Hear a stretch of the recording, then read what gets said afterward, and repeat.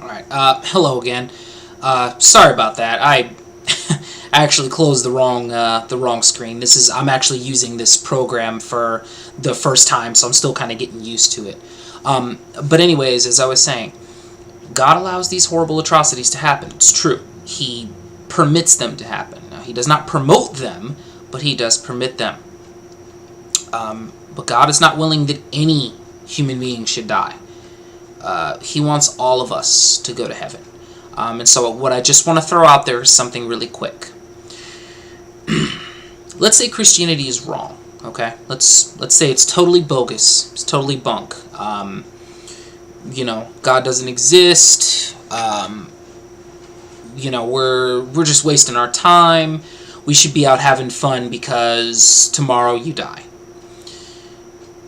Well then, if it really is that way, now I'm just talking about atheism versus theism. We'll get into all the other world religions. We'll get into that on a later program. But I'm just talking about purely atheistic versus theistic. If Christianity is wrong from an atheistic perspective, so what? Nobody cares. When you die, you won't care. I won't know until I get there, and then once I get there, I won't care. No one can boast. You don't gain anything. You don't gain any status. You don't gain any power. You don't gain anything. You don't gain any right to say, "Oh, look, I was right. You were wrong." None of that stuff, because no one cares, because we're just dead and we're just out of existence. That's it. We're obliterated or annihilated or phased out of existence, whatever sort of terminology you want to use. That's it. We're gone. Nobody cares. But nobody knows everything. Nobody was there for the beginning of the universe. I wasn't there. You weren't there. Stephen Hawking wasn't there. The best pastor in the world wasn't there. The best apologist, Ravi Zacharias, wasn't there. No one was there for the beginning. That's why we follow the lines of evidence. And since no one knows everything, the portion of the things that you don't know, Christianity could be true. Now, it could be false. Could be. But again, I'm following the evidence where it leads. And where the evidence leads, it leads to it being true. So, let's say it is true, okay? Let's suspend everything else. Let's say it's true for the sake of argument. If it's true, and you die, and you don't know Jesus Christ, you don't know, or you haven't, you haven't gotten into a relationship with God, and you die, or when you die, you will lose everything. Everything. Even what you think you had, you will lose it. It's gone. It's gone. Whatever you think you had, whatever you think you gained, any intelligence, or it's gone.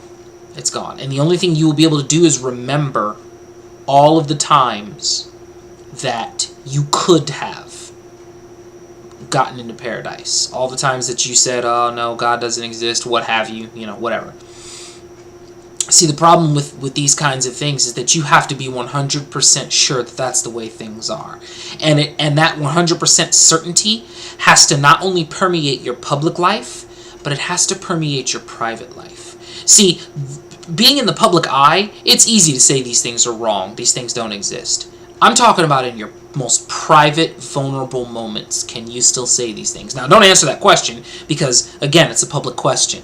You can easily say it to me, "Oh yeah, sure, I'm the same way in my private life." Well, that's for you to know. That's for you to know. In your private life, when you're all alone in your most vulnerable moments, do you still have questions about these things? Or are you just like, "You know what, yep, this is cool, it all makes sense, I'm good"? Are you really honest with yourself? See, it's easy to not care about something when you're not faced with it. Just like it's easy for me to say I can beat up Mike Tyson until Mike Tyson is standing in front of me. Or it's easy for me to say, I can out-quarterback Peyton Manning until I have to actually out-quarterback Peyton Manning. It becomes really, really different. So on that day, when you're ready to die, or when you're not ready to die, and when the time comes, or when you're on your deathbed, or when you're in, car accident or whatever, on that day, you will care. So you don't care now because it's not here. It's, and like I said, it's easy not to care when you're not faced with something. But on that day, you will care. And it'll be too late to care. Because when you're in his presence, that's it. It's too late. It's too late. That's why we have this now. But when you're up in God's presence, it's too late. It's too late to care. I heard a good quote, and I wanted to modify it a little bit. The quote was, or is, a fool is only scared when it's too late. And I wanted to modify it a bit, is that a fool is only scared when it's too late, but when he's aware that beforehand there was danger.